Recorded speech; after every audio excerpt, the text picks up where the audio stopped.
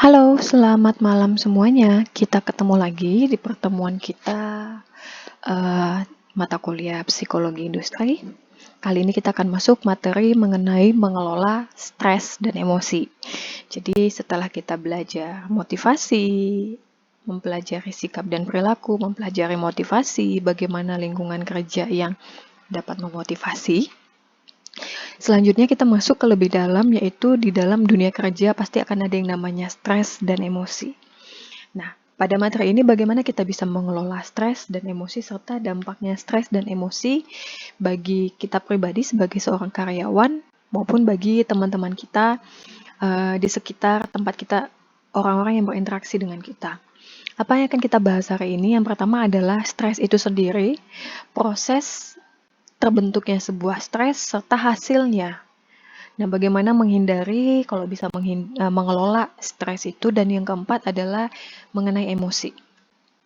Pada dasarnya, stres itu sebuah respon, reaksi dari tubuh kita, baik melakukan akibat adanya perubahan secara fisik, perubahan secara mental, maupun emosional.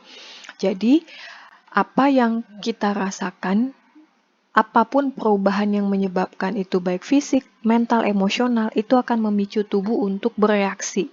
Salah satunya adalah stres. Stres ini bukan hanya dampak negatif gitu ya, kalau bahasa Inggrisnya kan tekanan gitu. Tetapi tekanan ini juga ketika diberikan tekanan kepada tubuh kan akan memberikan responnya. Bisa respon yang bersifat positif, bisa respon yang bersifat negatif. Sehingga kita perlu mengenali bagaimana ketika tubuh kita, pikiran menerima respon dari luar atau stres itu sendiri, kita bisa mengubah, mengelolanya menjadi sesuatu yang lebih bermakna, gitu ya.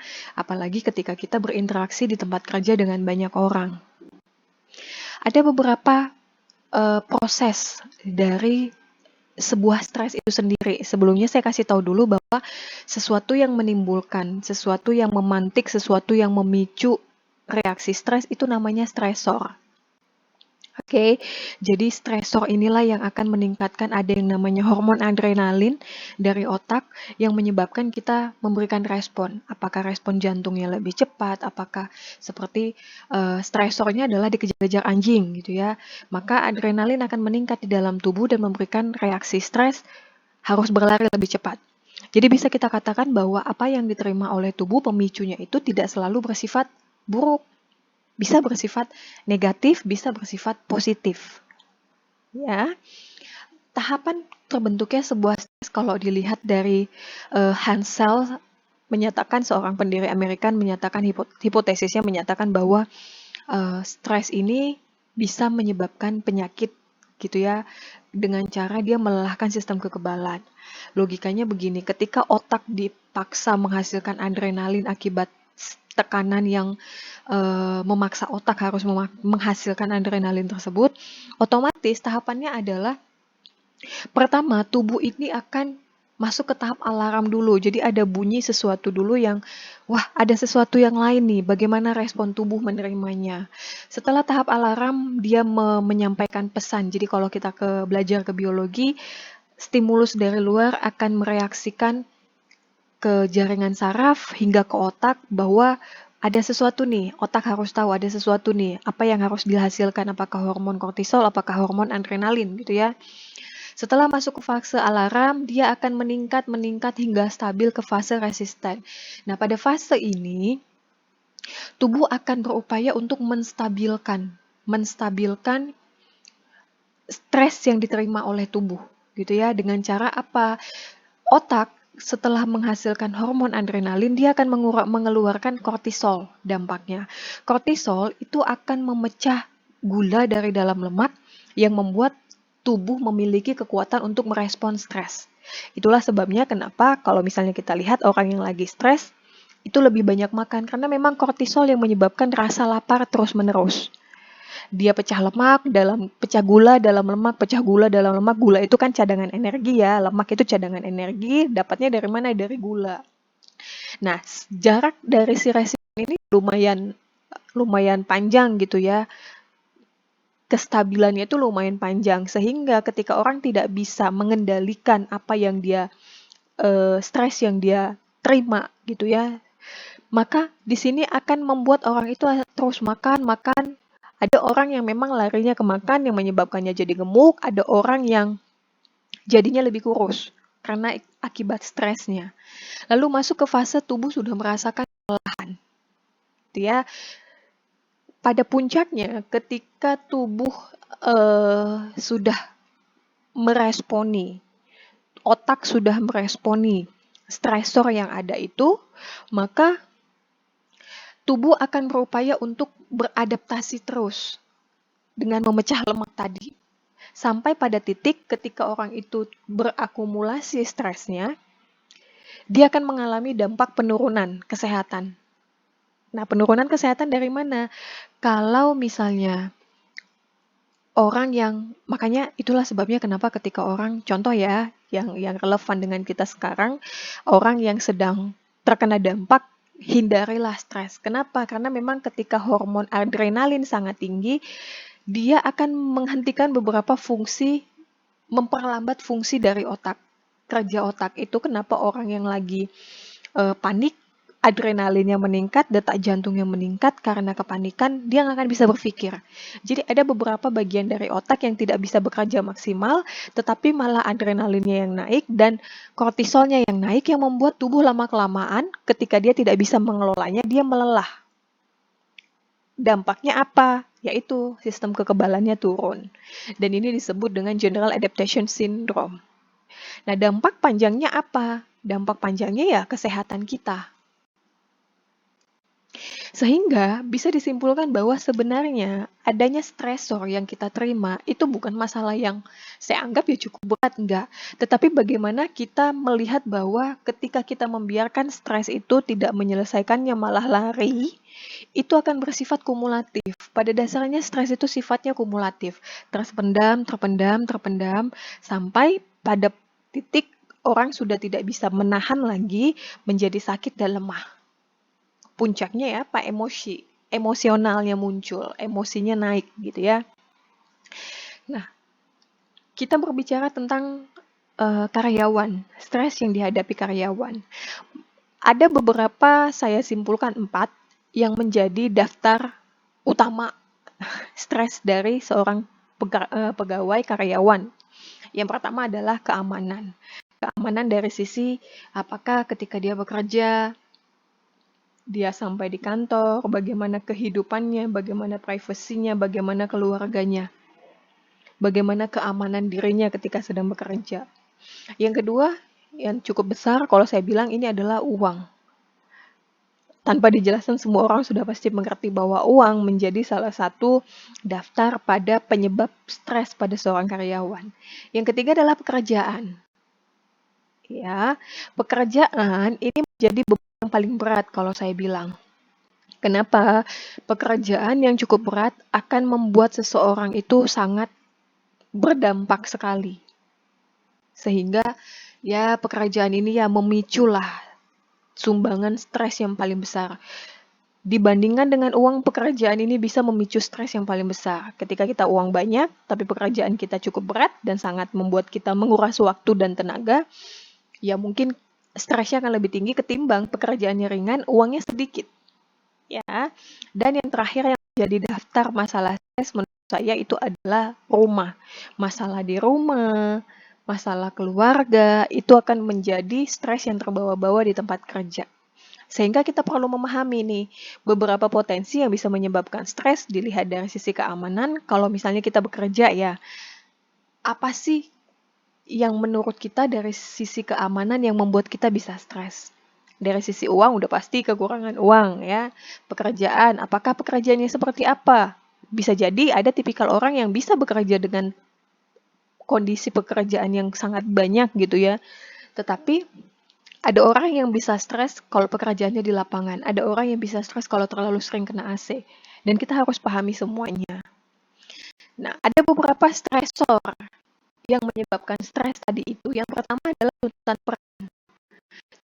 Di sini dalam artian bahwa peran yang kita jalani di tempat kerja itu nggak jelas.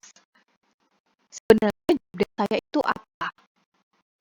Bisa jadi tidak hanya ketidakjelasan dan progres, tetapi bisa jadi memang konflik peran.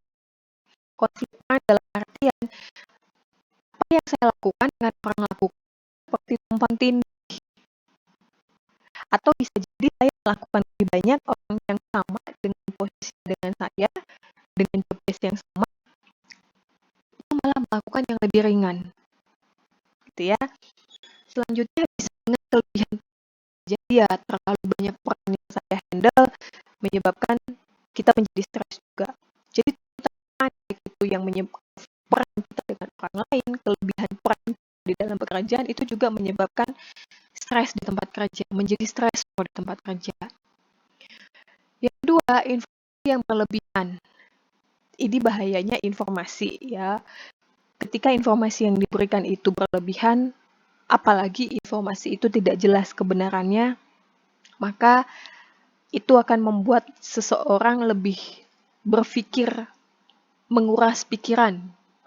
Kenapa? Dia akan berpikir terus, bahkan terbawa sampai ke tempat tidur. Untuk itu, kita harus menilai kapasitas kita dalam menerima informasi. Kalau memang saya tidak bisa menerima informasi terlalu banyak, ada kok memang tipikal orang seperti itu, saya pernah temui. Ada orang yang ketika dia mendapat informasi yang terlalu banyak dengan jangka waktu misalnya, kita lagi ngobrol sama seseorang, kita ngobrolnya menyampaikan informasi itu jelas, tetapi kebanyakan menurut orang tersebut. Yang ada dia nggak ingat. Dampaknya adalah dia stres. Kenapa? Saya harus berpikir, dia menyatakan bahwa saya harus berpikir lebih keras untuk mengingat apa yang orang sampaikan ke saya. Tetapi ada orang yang daya tangkapnya cepat. Ketika disampaikan informasi bahkan berlebihan sekalipun, dengan daya tangkapnya, dengan kapasitas otaknya, dia bisa mengingat semuanya.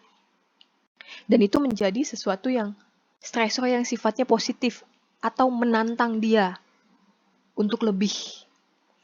Yang ketiga adalah stresor selanjutnya, kebijakan perusahaan.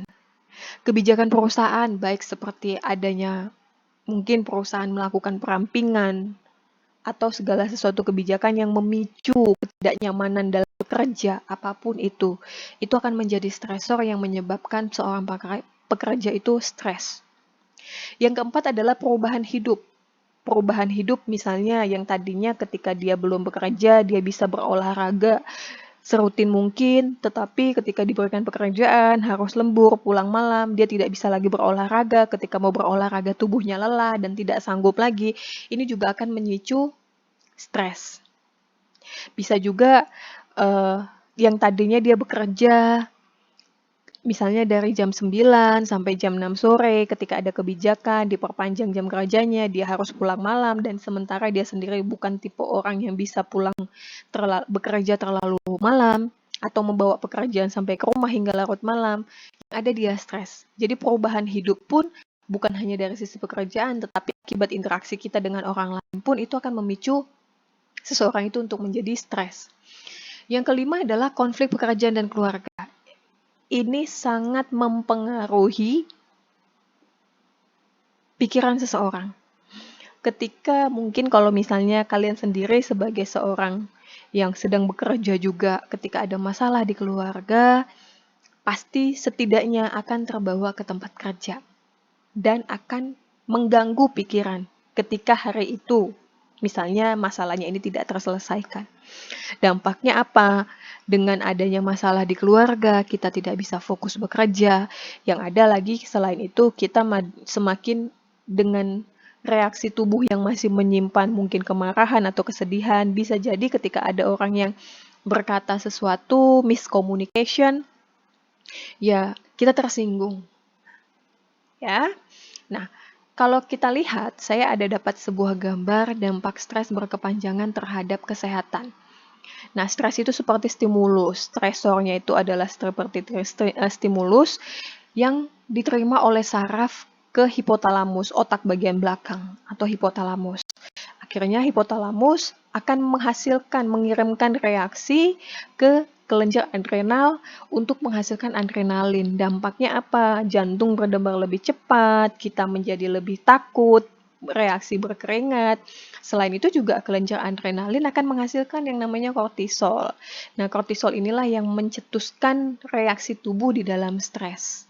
Dampaknya adalah yang pertama, misalnya orangnya memang bangsa yang tidak tipikal orang yang tidak berjerawat, muncul jerawat tiba-tiba, peningkatan gula darah, karena asyik makan aja kortisol ini membuat tubuh terasa lebih lapar.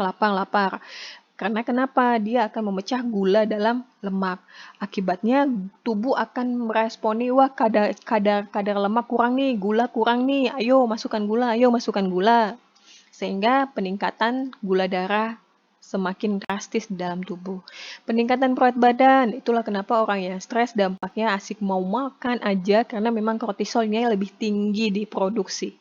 Penurunan kekebalan tubuh serta bisa jadi perapuhan tulang atau osteoporosis. Ini adalah beberapa dampak panjang akibat stres yang terakumulasi. Nah, orang yang bisa menemukan keseimbangan ketika tubuhnya menerima stresor, dia bisa menyeimbangkan antara pekerjaan yang menyebabkan stres akan menimbulkan dampak yang positif, yaitu peningkatan kerja. Ketika orang diberikan stresor, dia bisa melihat sisi positif. Dia bisa melihat bahwa ini bisa untuk meningkatkan kemampuan saya. Saya diberikan beban kerja yang cukup banyak untuk memacu saya bahwa kemampuan saya itu lebih dari ini yang sekarang.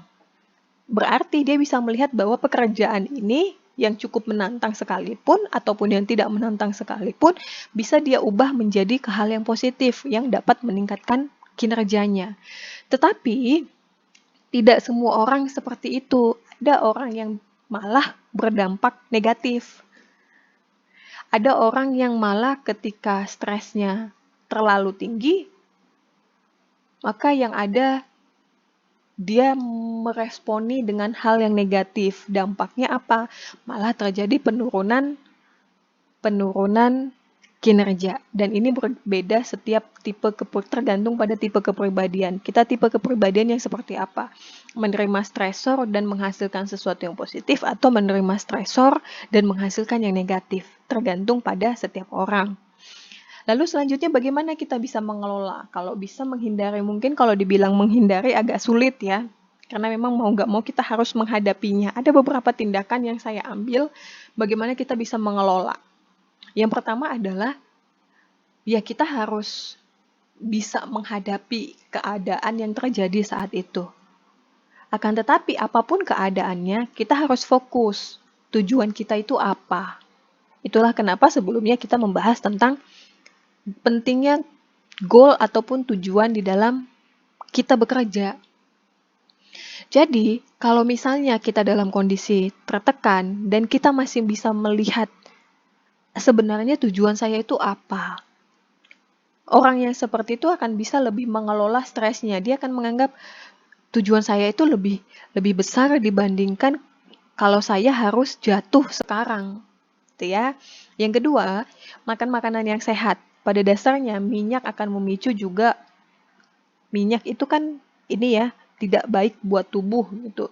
Ketika tubuh memberikan respon ada sesuatu yang lain di dalam tubuh yang dianggap tidak sehat, ya otomatis itu juga akan memicu stres. Itulah kenapa tiba-tiba ada orang yang tidak suka pedas, tiba-tiba kemakan cabai gitu ya, cabai rawit, lagi makan gorengan, ada kemasukan cabai rawit, kemakan, kepedesan, akhirnya dia berdampak pada yang panik sendiri, sakit-sakit perut sendiri, dan ini kan menyebabkan stres.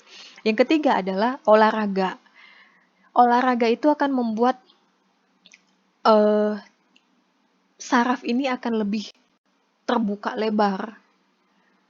Gitu ya. Olahraga juga akan memicu untuk memecah lemak sehingga menghasilkan energi. Itulah kenapa orang yang berolahraga biasanya energinya itu jauh lebih besar. Sehingga ketika dalam kondisi stres, dia mampu masih memiliki kekuatan untuk menyeimbangkan stres dengan kondisi normalnya. Dia bisa menstabilkan stresnya. Selanjutnya, tidur yang cukup, tidur yang nyenyak, tidur yang berkualitas. Tidak hanya sekedar tidur, tapi tidur yang berkualitas. Biasanya, adrenalin yang cukup tinggi itu akan membuat kita akan lebih sulit tidur. Kenapa? Kalian bisa bayangkan ketika detak jantung berdetak lebih cepat, bisa nggak orang yang lagi ketakutan tidur untuk nyenyak? Nggak bisa. Itulah kenapa dalam kondisi yang misalnya orang sedang menerima stres, harus melepaskan dulu pikirannya, mengosongkan pikirannya untuk bisa membuat tidur yang berkualitas. Yang kelima, tindakan selanjutnya adalah dengan kita berinteraksi dengan teman ataupun yang kita sebut dengan sahabat karib yang bisa menyimpan rahasia, yang tidak akan membocorkan apa yang kita alami, akan membantu kita memberikan saran dan masukan terhadap stres yang sedang kita rasakan. Yang keenam adalah memanage waktu. Ini adalah hal yang paling penting, apalagi ketika orang harus kuliah, harus bekerja. Kalau dia tidak bisa memanage waktu, ini juga akan mempengaruhi stresnya di tempat kerja. Selain itu, tidak hanya dari pribadi karyawan itu sendiri, organisasi juga bisa membantu karyawan untuk mengurangi stresnya. Seperti apa? Organisasi harus memberikan harapan yang jelas kepada karyawan. Ketika karyawan punya goal di sini, organisasi harus memberikan harapan yang jelas akan goalnya itu sendiri. Organisasi juga tidak bisa menjadi orang yang selalu memantau karyawan sehingga karyawan itu serasa seperti saya nggak dikasih kepercayaan untuk bekerja. Oleh sebab itu, ketika kita sudah mempercayakan pekerjaan, deskripsi pekerjaan kepada seseorang dengan perannya seperti ini, ya kita harus berikan kepercayaan. Lalu ciptakanlah lingkungan kerja yang adil. Lingkungan kerja yang adil seperti sebelum-sebelumnya sudah disampaikan bahwa ini akan membuat seseorang itu merasa dihargai di dalam tempat kerjanya oleh atasannya. Dan ini akan membuat orang semakin berkomitmen di dalam bekerja. Apa tindakan-tindakan organisasi yang bisa dilakukan untuk mengurangi, membantu karyawan yang sedang stres? Berikanlah hak cuti. Biarkan karyawan itu libur sejenak, beristirahat sejenak, tidak dibebankan dengan pekerjaan.